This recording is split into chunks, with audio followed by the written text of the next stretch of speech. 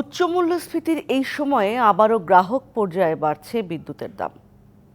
আগামী মাস থেকে পাইকারি ও খুচরা 10 থেকে 12% বাড়ানো হতে পারে। বিদ্যুৎ প্রতিমন্ত্রী জানান, ভর্তুকি তুলে নিতে বছরে 4 বার করে আগামী 3 বছর বাড়বে এই দাম। ক্যাব বলছে, বিদ্যুৎ খাতের ভুলের দায় ভোক্তার উপর চাপানো হচ্ছে। বিশ্লেষকরা বলছেন, বিদ্যুতের দাম বাড়লে অর্থনীতিতে দীর্ঘমেয়াদী নেতিবাচক প্রভাব পড়বে। ডলারের দাম বাড়ায় বিদ্যুৎ খাতে আর্থিক সংকট বেড়েছে। ঘাটতি সামলাতে বাজেটের আগেই আবারও বিদ্যুতের দাম বাড়ানোর পরিকল্পনা করছে বিদ্যুৎ বিভাগ। এ দফায় বাড়তে পারে 10 থেকে 12%। বিশ্লেষকরা বলছেন, বিদ্যুতের দাম বাড়ালে মানুষের কষ্ট আরও বাড়বে। বৈশ্বিক কারণটা সব দেশের জন্যই প্রযোজ্য। তা আমাদের দেশে এত খারাপ সিচুয়েশন হবে কেন?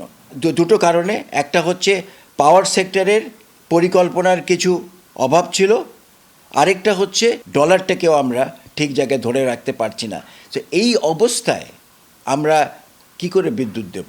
ভোক্তা অধিকার সংগঠন ক্যাব বলছে, বিদ্যুৎ খাতে বছরে প্রায় 35 থেকে 40 হাজার কোটি টাকা লুণ্ঠনমূলক ব্যয় বন্ধ করতে পারলে দাম বাড়ানোর দরকার হতো না। বিদ্যুতের উৎপাদন ব্যয় বৃদ্ধি হচ্ছে। ওয়ালটন ফ্রিজ কিনে অনেকের মতো আপনিও হয়ে যেতে পারেন মিলেনিয়াল। সেরা পণ্যের সেরা অফার, এবং সেটা না ন্যায্যভাবে হচ্ছে না, যৌক্তিকভাবে হচ্ছে না। এইভাবে ব্যয় বৃদ্ধি করে বিনিয়োগকারীরা বা ব্যবসায়ীরা তারা মুনাফার নামে লুণ্ঠন করছে। আমরা বলছি যে 40,000 কোটি টাকা কম বেশি বছরে সমন্বয় করা যাবে, এটা আজ থেকে বলছি না, 2022 সাল থেকে স্পেসিফিক্যালি ঘোষণা দিয়ে বলছে। বিদ্যুৎ প্রতিমন্ত্রী অবশ্য ভর্তুকি তুলে নেওয়াকেই দাম বাড়ানোর কারণ বলে ব্যাখ্যা দেওয়ার চেষ্টা করেছেন।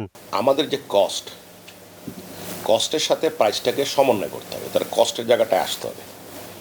আমার যদি কস্ট হয় 12 টাকা, আমি যদি বিদ্যুৎ এভারেজ বেচি 60 টাকা, তাহলে আমার সমন্বয় করে সেই জায়গাটায় নিয়ে আসতে হবে। গত 1.5 বছরে 4 বার বেড়েছে বিদ্যুতের দাম। Yusuf Rana, DBC news, Dhaka.